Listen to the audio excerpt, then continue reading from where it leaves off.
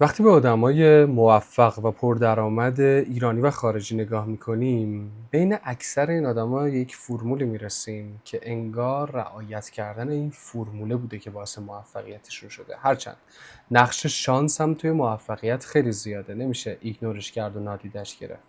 ولی وقتی اکثر آدم‌های مختلف توی جغرافیاهای مختلف، توی زمانهای مختلف رو نگاه میکنیم که تونستن نتیجه بگیرن و موفق شن، میرسیم به یک سری رفتار الگوهای تکرار شونده مشترک بین اکثر این آدما که اگر ما اینا رو خوب یاد بگیریم و بفهمیم و بتونیم خوب اجراشون کنیم، میتونیم شانس موفقیت خودمون رو توی هر حوزه‌ای افزایش بدیم. نکته که وجود داره اینه که وقتی از اکثر آدم‌های موفق تو حوزه‌های مختلفی که نتیجه گرفتن میپرسیم چی باعث موفقیتتون شده، این فرموله چیه به ما توضیح بدید، نمیتونن بهتون توضیح بدن. نه به خاطر اینکه بلدش نیستن، به خاطر اینکه انقدر توی تجربه‌های مختلف تو طول زمان این تجربه ها رو به صورت ناخودآگاه به دست آوردن و وارد قسمت ناخودآگاهشون شده که دارن این سیستم هایی که باعث موفقیت شده رو به صورت اتوپایلوت انجام میدن، نه به صورت آگاهانه. یعنی اگر اون آدمه رو از اونجا بکشیم بیرون، از اونجا که داره کار میکنه بذاریم توی حوزه دیگه، دوباره نمیتونه همون نتیجه رو خلق بکنه. ولی اگر ما به صورت ساختار بندی شده بفهمیم که این فرموله دقیقاً چیه و چجوری میتونیم این ساختار رو خوب تو هر زمینه اجرا بکنیم، میتونیم این انتظار داشته باشیم هر کاری رو شروع میکنیم با موفقیت تمامش کنیم. خیلی خوش اومدید به قسمت دوم. من اسم این قسمت رو گذاشتم ماشین پولسازی، چون معتقدم ما از زمان تولدمون تا زمانی که این دنیا رو قراره ترک بکنیم یک ماشینی داریم به اسم خودمون که داره آگاهی ما رو حمل میکنه و ما باید این ماشین رو تبدیل کنیم به یک ماشین پولساز.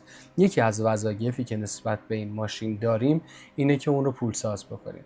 توی قسمت قبلی راجع به این صحبت کردیم که اگر تغییر زاویه دید و تغییر نگاه نسبت به یک واقعیت یکسان داشته باشیم، میتونیم برداشت متفاوتی از هم واقعیت بگیریم که اون برداشت در نتیجهش برای ما آورده بهتری داره و میتونه بهمون انرژی بده. یعنی تو دل بحران میتونیم فرصت ببینیم.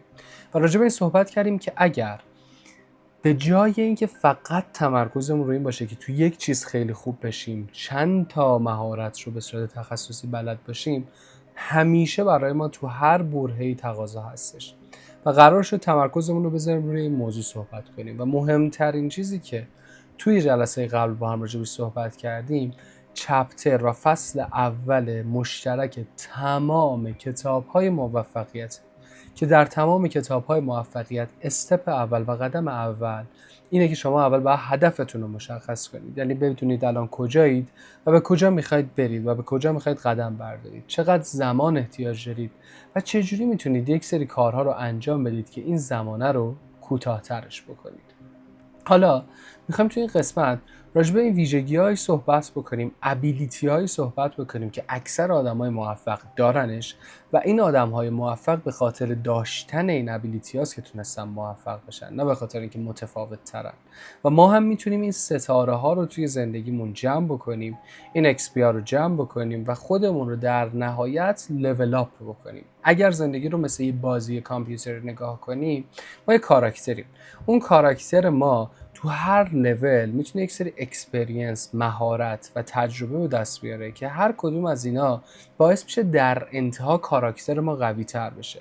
هر ستاره‌ای که میخوریم، مثل تصویری که الان دارید میبینید، میتونه ما رو قوی تر بکنه و در نتیجهش دستاورد ما رو بزرگتر بکنه. این نگاه ما نسبت به زندگی میتونه باعث بشه که تجربه مختلفی داشته باشیم از زندگی کردن و تجربه بهتری داشته باشیم از زندگی کردن، چون به جای اینکه دائما بخوایم راجع به یک سری مسائل کامپلین کنیم و غر بزنیم، میتونیم بیایم نگاه کنیم که چه ویژگی‌هایی میتونیم به خودمون اضافه کنیم که نتیجه ها رو متفاوت کنیم. و اگر پول میخوایم، بعد بدونیم که قانون این شکلیه که پول مساوی با کاره. همه جای دنیا همینه. شما یه کاری انجام بدید تا یه پولی به دست بیاری. چرا تفاوت وجود داره که یک کسی داره زمان و انرژیشو یه جایی صرف میکنه و تو هم داری زمان و انرژی تو جایی صرف میکنی، ولی اون آدم داره پول بیشتر در میاره؟ به خاطر نیستش که زمانش از تو ارزشمندتره، به خاطر اینکه کاری که داره میکنه یه کار سخت تره و اون کاری که داره میکنه توش آدم کمتر رقیب داره، اون آدم کمتر رقیب داره برای اون کاره و آدمای کمی هستن که اون کارو میتونن انجام بدن. فرض کن تنها مهارتی که تو داری مهارت رانندگی کردنه و اگر بخوای از رانندگی کردن پول در بیاری، معلومه کمتر پول در میاری، چون همه آدما رانندگی کردن رو بلدن. همه تقریبا تو 18 سالگی دارن رانندگی کردن رو یاد میگیرن. پس نمیتونی انتظار داشته باشی از رانندگی کردن خیلی خوب پول در بیاری. تو اگر پول زیاد میخوای، بعد یه کاری رو انجام بدی که هر آدمی حاضر نبوده انجامش بده. میشه گفت یک رابطه نسبی وجود داره که توی زندگی ما اگر ما یه سری انتخاب آسون داشته باشیم، در نتیجهش یک زندگی سخت داریم. یعنی اگر تصمیم بگیریم هیچ مهارتی یاد نگیریم و فقط به همون رانندگی کردن اکتفا کنیم، در نتیجهش مجبوریم همش تو ترافیک بمونیم، کم پول بگیریم، توی کاری که داریم میکنیم احساس رضایت نداشته باشیم و چیز جدیدی هم یاد نگیریم. ولی اگر ما بیایم اون انتخابه رو سخت کنیم، در نتیجهش یک زندگی آسون‌تر داریم. اکثر آدم‌هایی که می‌بینید هایپه‌این، درآمد خیلی بالایی دارن، به ازای زمانی که دارن میذارن که زمانشون مثل زمان من و شماست، دارن پول بیشتری میگیرن، فقط به خاطر انتخاب‌های سختی که توی گذشته کردن. و خبر خوب اینجاست که زندگی مثل یک پروژه میمونه. یعنی اگر تو از وضعیت حال حاضرت راضی نیستی، به خاطر تصمیماتی که توی گذشته گرفتی. اوکی، تو الان میتونی در لحظه حال تا زمانی که نمیدونی که یه فرصت داری که فردای بهتری بسازی، نه به خاطر اینکه شرایطت بده فقط کامپلین کنی. اگر شرایطت بده به خاطر تصمیماتیه که نگرفتی، تصمیمات آسونیه که گرفتی. اگر فکر می‌کردی مثلا تایمتو به جای اینکه بذاری یه مهارتی یاد بگیری، رفتی توی اکسپلور گشتی، رفتی وقتتو تلف کردی، بازی کردی، گیم زدی، چیزای دیگه، و اون تصمیماتی که تو گذشته گرفتی نتیجهش رو زندگی هم الان داری می‌کنی. خب که راضی نیستی؟ نمیخوای همین رو ادامه بدی؟ این روند تصمیم گیری‌هات رو، انتخابات رو عوض کن و در نتیجهش یک زندگی بهتر برای خودت بساز. و خبر خوب اینه که تا وقتی که نمیدونی فرصت داری و زندگیت مثل یک پروژه است. یعنی گاهی وقتا ممکنه به این آگاهی توی 25 سالگی سری از آدم‌ها برسن، یه سری تو 30 سالگی برسن، تو 40 سالگی برسن. مهم نیست، مهم اینه که از اون لحظه‌ای که تو تصمیم میگیری تغییر ایجاد بکنی توی زمانی که میخوای صرف بکنی برای زندگی کردن، که چجوری صرفش بکنی. آیا دوباره انتخابای آسون داشته باشی؟ اوکی، در نتیجهش یک زندگی سخت داری. یا اینکه انتخابای سخت‌تر داشته باشی، کارهای متفاوت‌تری بکنی، کارهایی بکنی که هر کسی حاضر نیست انجامش بده و در نتیجهش یک زندگی آسون برای خودت بسازی. خب بریم این ستاره ها رو جمع بکنیم، بریم ببینیم این ستاره هایی که اگر بیاریم توی سیستم انتخابامون که بریم تصمیم بگیریم، راجبش بخونیم، یادشون بگیریم و به زندگیمون اضافه کنیم، این ستاره ها باعث میشن که در نهایت دستاورد بزرگتر بگیریم. چی هست که اکثر آدم های موفق و مولتی میلیونر دارنش؟ اولین ویژگی که تمام آدم های موفق و ثروتمندی که شما میشناسید یا نمیشناسید دارن، اینه که غر نمیزنن. شرایط بده، میدونم، اتفاقای ناگوار و غیر قابل پیش بینی میفته، بله درسته، برای همه داره میفته، ولی اون آدم موفقه مسئولیت زندگی خودش رو پذیرفته و تصمیم گرفته که نسبت به شرایط غر نزنه. وقتی که مسئولیت خودت رو میپذیری، انتظاراتت از آدم‌ها، اطرافیان، محیط میاد پایین و میدونی که در نهایت این تویی که داری تو رو تجربه میکنی و زندگی میکنی. اوکی، چه مسئولیت خودت رو بپذیری چه مسئولیت خودت رو نپذیری، این تویی، این زندگی توئه. اگر مسئولیتت رو بپذیری، اونجاست که دیگه غر نمیزنی و نگاهت نسبت به اتفاقها متفاوت‌تر میشه.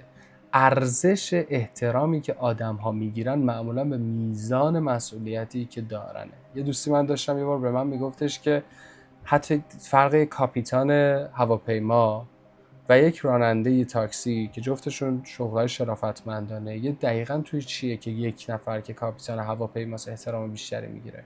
من گفتم به خاطر اینکه مهارت هواپیما یاد گرفتن سخت‌تره، چجور هواپیما رو برونی و پاش پرواز کنی. گفتش درسته، اما تفاوت اصلیشون تو میزان مسئولیتی که دارن. اون کسی که داره هواپیما رو میگیره دست خودش و آدما رو جابجا میکنه، تعداد آدم‌های زیادی هستن که مسئولیتشون رو پذیرفته و آدم موفق اول از همه مسئولیت خودش رو میپذیره به صورت کامل و بعد در ادامه مسئولیت آدم‌های دیگه‌ای که براشون اهمیت قائله. پس اولین ویژگی اینه که مسئولیت تمام چیزهایی که الان داری، چه باخت‌ها، چه اتفاقای خوب، با خودته. چه مسئولیت شکستات با توه، چه مسئولیت موفقیتات. هر اتفاقی تو زندگیت افتاده، اوکی، مسئولیتش با توه. تغییر دادنش هم مسئولیت توه.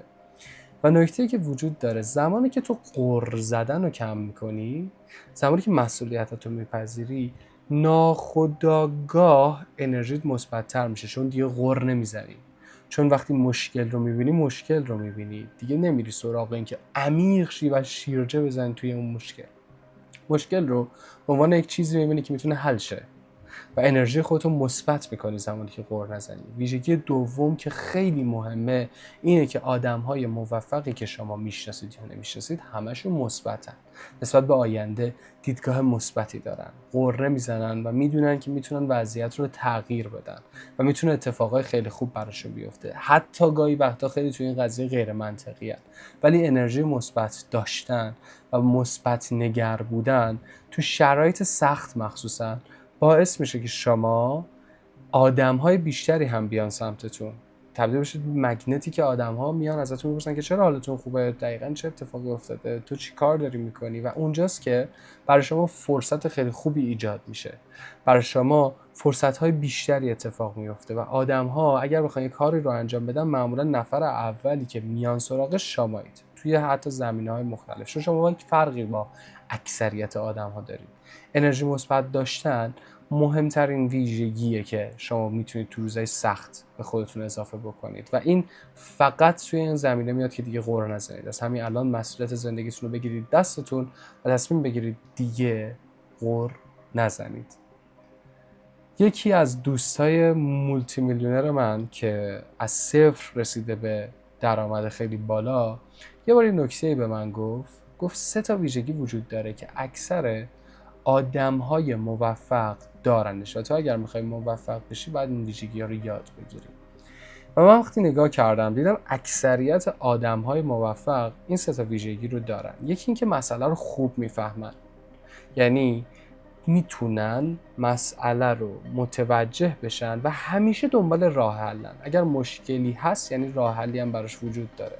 وقتی شما نگاهتون نسبت به مسئله به صورت کامل باشه، بتونید از زوایای مختلف مسئله رو بفهمید، اگر یک مشکلی مثلا مثل مشکل کم درآمدی متوجه بشید دقیقاً اون مشکل چیه که اون حسا به خاطرش ایجاد شده که راضی نیستید و رضایت ندارید و از زاویه‌های دیگه بخواید بهش نگاه بکنید، میتونید به راه حل هم براش پیدا کنید و معمولاً 80% جواب سوال‌های ما تو خود سواله. پس ما باید بتونیم خوب سوال رو بفهمیم و بتونیم مسائل مختلفمون رو خوب متوجه شیم. وقتی یک سری استپ میریم بالاتر، وقتی وارد بیزینس میشیم، وقتی میخوایم راجع به بیزینس کردن و کسب و کار صحبت بکنیم، دقیقاً اهمیت این قسمتی که توی این سکشن بهتون دارم میگم رو کاملا میتونید درک بکنید که شما میتونید مسئله رو ببینید، بفهمید و دنبال راه حلش باشید. چجوری میتونید این قسمت رو توی خودتون تقویت کنید؟ یکم باید نگاه فلسفی داشته باشید و میتونید تفکر نقاد یاد بگیرید. برای اینکه تفکر نقاد یاد بگیرید میتونید برید کورس ببینید، میتونید برید توی چت جی پی تی ازش بپرسید بهتون یاد بده. یه سری المان وجود داره، یک سری تمرین وجود داره که میتونه شما رو به شدت توی این زمینه قوی بکنه و شما میتونید مسئله رو خوب بفهمید و دنبال راه حل بشید. ویژگی دوم اینه که آدم‌های موفق توانایی خیلی خوبی دارن توی تحلیل داده‌ها و آنالیز کردن. یعنی میتونن شرایط رو خوب بفهمن و بیان مسائل رو بریک داون بکنن. یعنی اینکه شما اگر یک فرایندی داره اتفاق میفته که از نتیجهش راضی نیستی، این فراینده رو میتونی یک سری پارت‌هاش رو تغییر بدی که در نهایت این نتیجه رو متفاوت بکنه. چی تقویتش میکنه؟ این تفکر منطقی رو، نگاه منطقی رو، تمرین ریاضی، حتی بازیایی که قسمت منطقی ما رو تقویت میکنه مثلا شطرنج و سودوکو، و برنامه‌نویسی. برنامه‌نویسی هم خیلی به این قسمت کمک میکنه که ما تفکر منطقی رو متوجه شیم، چون سیستم زندگی داره اینجوری کار میکنه. یک رابطه وجود داره که یک سری روابط باعث یک سری نتایج میشن. اگر اون نتیجه رو دوست داری میتونی این قسمت‌ها و پارت‌های مختلف رو عوض بکنی. یکی از چیزهایی که آدم‌های موفق دارنش توانایی تحلیل داده هاست. پس باید این قسمت هم خوب جدی بگیرید. من دقیقاً واسه این دوتا پارتی که گفتم براتون این مثال آوردم. اگه مشکل کم درآمدیه، من از زندگی مثلا فرض کن راضی نیستم، میفهمم که میخوام برم مثلا یه جایی، همیشه انتخابام محدود میشه به اینکه مثلا کم قیمت باشه، مثلا اکونومی باشه، سطح چیزایی که میخوام. اوکی، مشکل پس کم درآمدیه منه، پس حس رضایت ندارم به خاطر اینکه درآمدم کمه. مشکل رو خوب فهمیدم، از زاویه دیگه ای میخوام بیام نگاه کنم، یا مثلا رو بریک داون میکنم، میگم که کم درآمدی حاصل چیه؟ کم مهارتی، روتین بد. اوکی، این دوتا در کنار هم باعث میشه من درآمدم اونور کم باشه. چیکار باید بکنم؟ برم یک مهارت یاد بگیرم که سخته، یکی از همون انتخابای سختی که راجع بهش صحبت کردم، ولی در نتیجه میتونه یک زندگی آسون برای من داشته باشه. و روتینمو چجوری میتونم بهتر کنم؟ به جای اینکه برم توی اکسپلور بگردم، میتونم تایمم بذارم مهارت یاد بگیرم، میتونم تایمم بذارم برم با آدم‌های مختلف راجع به چیزهای مختلف که مربوط به پول صحبت بکنم، میتونم یک هابی اضافه کنم، میتونم برم چیزی رو به خودم اضافه کنم که یک مهارتیه که بعدها از ساید دیگه میتونه به درد من بخوره. پس میتونم روتینم بهتر کنم، میتونم یک قسمتی از مغزم رو تقویت کنم، میتونم کتاب بخونم، چیزهای مختلف.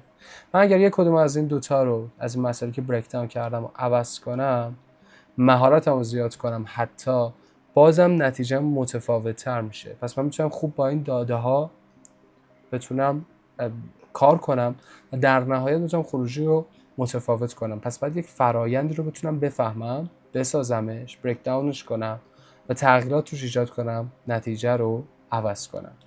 ویژگی اصلی، مهمترین ویژگی که اکثریت آدم هایی که سوپر موفقن دارن، اینکه داستانگوهای خیلی خوبی هن. نه اینکه قصه شب خوب میتونن تعریف کنن لزوما، میتونن خوب توضیح بدن مسائل رو، میتونن بفهمن قالب داستان چیه و راجع به موضوعات با آدم ها صحبت کنن. یک سری مسائل پیچیده رو خوب میفهمن اما ساده میگنش. به خاطر چی؟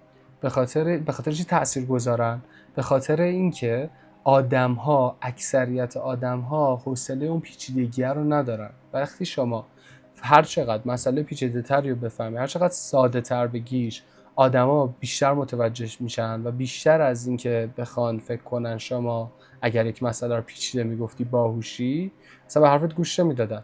ولی وقتی که خوب تونستی اون مسئله رو تعریف بکنی، خوب تونستی اون استوری رو بگی، خیلی خوب به حرفت گوش میدن و تاثیرگذاریت هم در نهایت بیشتر میشه. آدمای موفق داستانگوهای خیلی فوق العاده ایان. برای اینکه اینو تمرین کنی، تهش یک کتابم بهت معرفی کردم، میتونی بازم با سرچ کردن این قسمت رو توی خودت تقویتش کنی.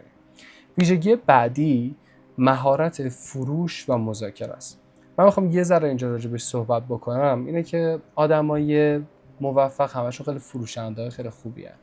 خیلی خوب میتونن دیل ببندن، خیلی خوب میتونن نگوشییت بکنن. اون قسمت استوری تلینگ هم خیلی بهش کمک میکنه که شما بتونید فروشنده خیلی خوبی بشید. مهارت فروش چرا خیلی خوب مهمه؟ چون شما خودتون میتونید خیلی خوب ارائه کنید، نه لزوما که بری یک محصول یک نفر دیگر رو بفروشی یا کار این شکلی انجام بدی، که اگر فروش بلد باشی هیچ وقت فقیر نمیشی، به خاطر اینکه میتونی بری محصول یک نفر دیگر رو با هر هزینه‌ای که کرده برای ساختش بگیری و بفروشی به یک سری آدمی. هرچند که تو صحبتی که من دارم میکنم اصلا نمیخوام راجع به این موضوعات الان دیپ داون بشم که چجوری فروش رو میتونید انجام بدید. میخوام فقط راجع به ویژگی‌ها صحبت بکنم، بعد راجع به همینا هم کتاب میگم و تو آموزش‌های بعدی همه اینا رو به صورت کلی بهتون یاد میدم. ولی آدم‌های موفقی که شما میشناسید همشون بلا استثناء فروشنده‌های خیلی خوبی هستند. از ایلان ماسک بگیر تا تمام نمونه‌های موفقی که میشناسید میتونن خوب یک محصولی رو بفروشن. توانایی فروش به شما کمک میکنه خودتون رو خوب ارائه کنید. حتی اگر تو زمینه تخصصی دارید کار میکنید، حتی اگر مثلا یک برنامه‌نویسی، وقتی فروش رو بلد بشی میتونید نسبت به یک برنامه‌نویسی که فروش رو بلد نیست درآمد بیشتری داشته باشید. شما میتونی با آدم‌ها نگوشیت بهتری انجام بدی، میتونی مذاکره بهتری انجام بدی و این پارت هم خیلی مهمه که اکثر آدم‌های موفق همشون این ویژگی رو دارن. ویژگی بعدی توانایی ساختنه. یعنی همه آدم‌های موفق میتونن یک چیزی رو بسازن، یک محصولی بسازن، یک پروداکت خوبی رو بسازن که دقیقاً راجع به این هم صحبت میکنیم بعدها. من برای که این کوتاه بشه فقط به صورت تایتل وار از اینجا به بعد سعی میکنم خیلی کم توضیح بدم. برای اینکه خوب بتونن بسازن، آدمای موفق میتونن خوب با ابزار خوب کار بکنن. قبلا اکثر سازنده ها، یعنی توی قسمت مخصوصا نرم افزار که ما داشتیم فعالیت میکردیم، آدمایی بودن که برنامه‌نویسی بلد بودن. الان شما هوش مصنوعی یاد بگیری این قسمت حل میشه. تمام آدمای موفق سازنده های خیلی خوبی هستند. تمرکزشون روی ساختن معمولا. توانایی تشکیل تیم و رهبری دارن. یعنی همشون میتونن توی تیم خوب ارتباط برقرار کنن و میتونن روی آدما تأثیر زیادی بذارن.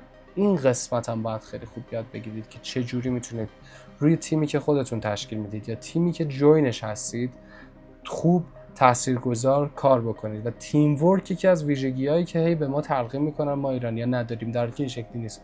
ما خیلی خوب میتونیم تیم ورک کنیم، فقط باید نقشه رو اولش خوب تعریف کنیم.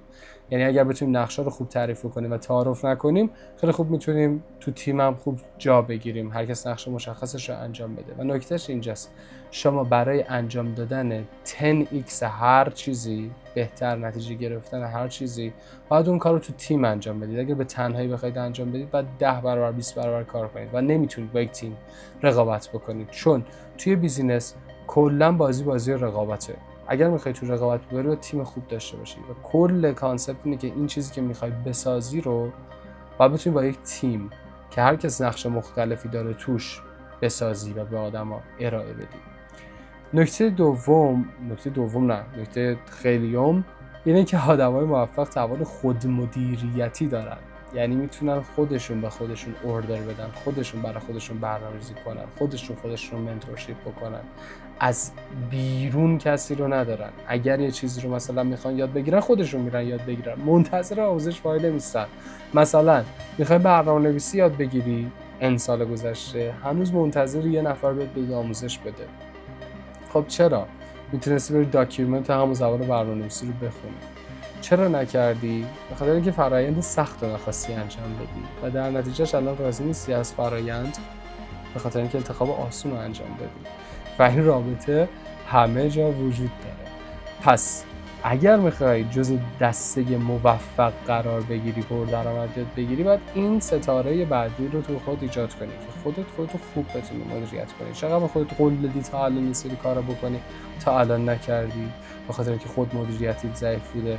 برنامه‌ریزی خوب میکنی ولی وقتی به قسمت اجرا میرسی یهو جا میزنی. مثلا میخوام زبان یاد بگیرم، نکردی و الان نمیتونی خوب انگلیسی صحبت کنی، حتی با اینکه کلاس زبان خیلی رفتن. ولی این اتفاق برای چی میفته؟ وقتی خود مدیریتیمون پایینه. اگر خود مدیریتی خودمون رو بالاتر ببریم، در نتیجهش میتونیم چیکار کنیم؟ یک رهبر خوب بشیم و توی تیم نقش رهبری رو پیدا کنیم. یک آدمی باشیم که ویژن داریم و ویژنمون رو میتونیم به آدم‌های مختلف، اون چشم اندازی که داریم و اون چیزی که تصویری که از آینده می‌بینیم رو به بقیه آدم‌ها خوب انتقال بدیم. و مهمتر از همه اینه که خوب شروع میکنیم، تمرکزمون رو نباید از دست بدیم و باید استمرار زیادی داشته باشیم. یعنی اینجوری نیستش که 3 ماه کاری رو بکنیم ولش کنیم. هر کاری رو میخوایم انجام بدیم دیگه باید تا تهش بریم و تمرکزمون رو از دست ندیم. تمرکز یکی از اسست هاییه، یکی از دارایی‌هایی که خیلی ارزشمنده، خیلی خیلی زیاد ارزشمنده. چرا ارزشمنده؟ به خاطر اینکه اکثر آدم‌ها الان ندارنش. به خاطر اینکه الان شما همین 1 ساعت پیش احتمالاً داشتی تو اکسپلور همینجوری میچرخیدی و دیتاهای مختلفی گرفتی. ولی اگه بتونی تمرکزت روی یک چیزی حفظ بکنی و هی مداوم تمرکزت روی همون چیز حفظ کنی و استمرار داشته باشی، کار کنی، توی تیمی مخصوصا رو بتونی تشکیل بدی و یه چیزی بسازی، میتونی خیلی خوب نتیجه بی‌نظیری بگیری ازش. و نکته بعدی اینه که آدم‌های موفق همشون میتونن سیستم بسازن. یعنی همه این چیزایی که بهتون گفتم تبدیل کنن به یک سیستمی که به صورت اتوماتیک خودش انجام بده اون فرایند رو. یعنی یک فرایند درست رو بفهمن، خوب بتونن فراینده رو تست بگیرن، با تغییر دادن اون دیتا خروجی که میخوان رو بگیرن و توی تیم اون رو تکرار بکنن. حالا که دیدن داره نتیجه میگیره، خوب مارکتینگش کردن، خوب تونستن به فروش برسونن، فهمیدن مارکتش چه شکلیه، ساختنش اینا، حالا میتونن اون رو سیستماتیک کنن، یعنی خودشون رو بیارن بیرون و اون سیستم خودش انجام بده. و اینجا جایی که معجزه AI اتفاق میفته، چه تو ساختن چه تو ساخت سیستم. یعنی این دوتا قسمت که خیلی قسمت‌های مهم و پرهزینه‌ایه، AI میتونه الان خیلی به ما کمک بکنه و ما می‌خوایم اینا رو یاد بگیریم توی این درآمد با AI و کارهایی که داریم می‌کنیم، که چجوری چیزهایی که میدونیم مارکت نیاز داره رو بسازیم و چجوری اتوماسیونش کنیم. میتونه کاست ما رو بیاره پایین. کاست هم فقط خرج کردن پول نیست، هزینه هم فقط خرج کردن پول نیست، هزینه انرژی هم بیاره پایین. در نهایت در به صورت بلند مدت انرژی کمتری صرف کنه و نتیجه بیشتری داشته باشه، یعنی اون سیستمه بزرگتر بشه، اسکیل شه و بعد از اینکه اکسپند شد و بزرگتر شد نتیجه زیادتری به ما میده، در حالی که داره کار کمتری برامون اتفاق میفته. این آقایی که میبینی استیو جابزه، تمام ویژگی‌هایی که گفتم رو داشته. اگر دقت کرده باشی استوری تلر فوق‌العاده‌ای بوده. توی ارائه هایی که داره میکنه محصولات مختلف اپل رو، خواهش میکنم برید چند تاشو ببینید. حتی اگر زبانتون خوب نیست الان میتونید از این ساب تایتل هایی که دارن ترجمه میکنن استفاده کنید. بی‌نظیر میتونه ارائه بکنه یک محصول رو، از زاویه‌های دیگه میتونه به مسئله نگاه بکنه، میتونه دیتا رو خوب آنالیز بکنه، میتونه توی تیم نقش رهبری پیدا کنه که میتونه به آدما ویژن بده و به صورت خوب تیم ورک کنه و در نهایت خودش رو خوب داره مدیریت میکنه و خوب میفروشه، محصولش رو خوب ارائه میکنه، خودش رو و محصولش رو. و نکته‌ای که وجود داره اینه که بعد میتونه سیستم بسازه و تمام این ویژگی‌ها رو داره. ایلان ماسک هم همینجوریه. تمام آدمای موفقی که میشناسید همه این ویژگی‌ها رو دارن و همه این آدما خیلی متمرکز و مصرن تو مسیری که دارن میرن. یعنی بارها به چیزهای دیگه میگن نه، به پروژه‌های دیگه میگن نه، به کارهای دیگه میگن نه، به سرگرمی میگن نه، به اون انتخاب آسونه میگن نه. و اینجاست که تفاوت شروع میشه. و یک سری کتاب وجود داره در راستای صحبتایی که من کردم. اگر میخوای فروش یاد بگیری و هیچ تجربه‌ای نداری، کتاب فروش قرمز رو بخون. برای اینکه استوری تلر خوبی بشی و قالب داستان رو بتونی خوب درک بکنی، کتاب بیلدینگ استوری برند رو بخون. من نمیدونم، من نمونه فارسیشو پیدا نکردم براتون بسازم بذارم اینجا. نکته که هست اینه که خودتون میتونید برید حالا با چت جی پی تی بخونیدش، خیلی لازم نیستش مثلا برید پیدا کنید فارسیشو. کتاب مهم پیرامید پرینسیپل به شما یاد میده چجوری فکر بکنید، ساختار فکر کردنتون رو درست میکنه. یه نکته‌ای که داره که خیلی باحال بود وقتی من داشتم این کتاب میخوندم، میگفت تو اگر شما از حرف زدنتون راضی نیستی، فکر می‌کنی توانایی حرف زدن نداری، به خاطر این نیستش که بد حرف میزنی یا چیزی مثلا تکلمت خوب نیست، به خاطر اینکه خوب نمیتونی فکر کنی. اگر بتونی ساختار فکرتو درست کنی، حتی میتونی خوب و بهتر و تاثیرگذارتر حرف بزنی. پیرامید پرینسیپل به شما کمک میکنه چجوری فکر کنید، مسئله رو بفهمید، ساختارهای مختلفش رو درک کنید. و کتاب زندگی نامه استیو جابز به شما یک سری تجربیات انتقال میده از زندگی این بنده خدا که یکی از تاثیرگذارترین آدم‌های میشه گفت 20 سال گذشته بوده، میشه گفت تاثیرگذارترین آدم، چون الان تمام زندگیامون تغییر کرده با تکنولوژیایی که این آدم آورده و ما به جزئیات در رابطه با تمام این ویژگی هایی که باهاتون صحبت کردم قرار تو قسمت های آینده صحبت کنیم. این همون قسمت مانیتایزیشن ماه، یعنی ما چجوری میتونیم تبدیل بشیم به کاراکترهای پولساز، هر جای پول در میاریم و اون ویژگی تخصصی ها مثل AI و چیزهایی که ممکنه آپدیت شه رو تو طول مسیر با هم کار میکنیم. مثلا چجوری میتونیم از ابزارها استفاده کنیم برای ساختنه، ولی ما میخوایم کانسپت بیزینس رو بفهمیم، کسب و کار رو، برای اینکه توی که تا اینجای آموزش رو دیدی بتونی کسب و کار خودت رو راه بندازی و بهترین شکل مارکتش کنی و بتونی پول در بیاری ازش. اگر سوالی چیزی داشتی، من یه راه ارتباطی توی بایو میذارم. یاد نره این کانال یوتیوب رو سابسکرایب و این داستانا کنی. من دارم همینجوری آموزش رو میگیرم دیگه. سابسکرایب کن، لایک کن، دوستتون دارم دیگه. همین خداحافظ.